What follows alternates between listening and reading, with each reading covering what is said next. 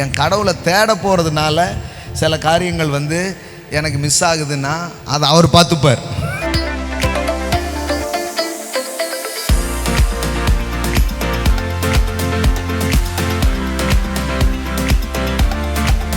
இஸ்ரவேலின் தேவனாகிய கர்த்தருடைய செட்டையின் நிழலில் வந்த உனக்கு அவராலே நிறைவான பலன் உண்டாவதாக.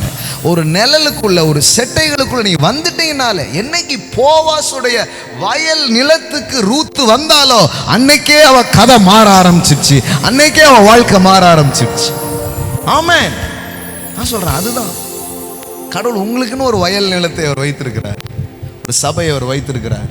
இனி வந்து no more compromise. No more compromise. I will change the time, everything, but no more compromise.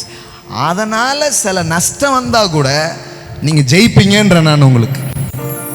ஆமென்.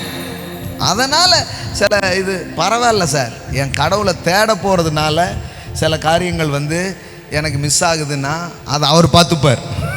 ஆமென்.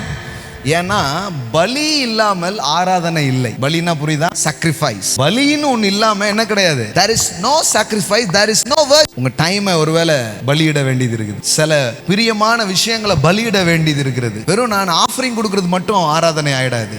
சில பலிகள், சில வாய்ப்புகளை கூட விட்டுட்டு தான் வர்றீங்க, சில காரியத்தை கூட சாக்ரிஃபைஸ் பண்ணிட்டு தான் வர்றீங்க. நான் சொல்றேன், அதுக்கு தேவன் பாத்திரரா இருக்கிறார். Daddy, you are worthy for the sacrifice. நீங்க அப்படிப்பட்ட ஒரு பலிக்கு நீர் வந்து பொருத்தமானவரா இருக்கிறீர். உங்களுக்காக நான் அதை மிஸ் பண்ணா கூட எனக்கு பரவாயில்ல. விலையேற பெற்றதை உடைக்க நான் தயாரா இருக்கிறேன். என் இயேசுவுக்காக, அவர் அன்புக்காக, அவர் கிருபைக்காக. அவர் தான் சார் என் வாழ்க்கையில பெருசு, மற்றதெல்லாம் ரெண்டாவது. அதனால என் தேவனை நான் உண்மையா, அதனாலதான் கர்த்தரை தேடுகிறவர்களுக்கோ ஒரு நன்மையும் குறைவுபடாது, ஒன்னும் குறைவுபடாது. ஆனா அவரை தேடுறது தான் அங்க பிரதானமானதா இருக்குதா? அப்படிப்பட்ட இருதயம் உங்களுக்கு உருவாயிடுச்சா? அப்படிப்பட்ட ஹார்ட் உங்களுக்கு வந்துடுச்சுன்னா தீர்மானத்தில் அது தெரியும் சார். ஏதோ இருதயத்தில் இருக்குன்றது இல்லை, நீங்க எடுக்கிற முடிவுகள் அது தெரியும். நீங்க எடுக்கிற ஒவ்வொரு தரமான காரியங்கள்ல அது என்ன பண்ண ஆரம்பிக்கும், வெளிப்பட அது ஆரம்பிக்கும். இப்ப இதுக்குள்ளதான் கடவுள் குரோத்தை வச்சிருக்கிறாரு. அப்ப சிலர் விட்டு விடுகிறது போல நீங்கள் அதை என்ன பண்ணாதீங்க, விட்டு விடாதீர்கள். ஆமென். எல்லாம் சொல்லுங்க, தேவனுடைய வார்த்தைகள் வளர்ச்சியை கொண்டு வருகிறது.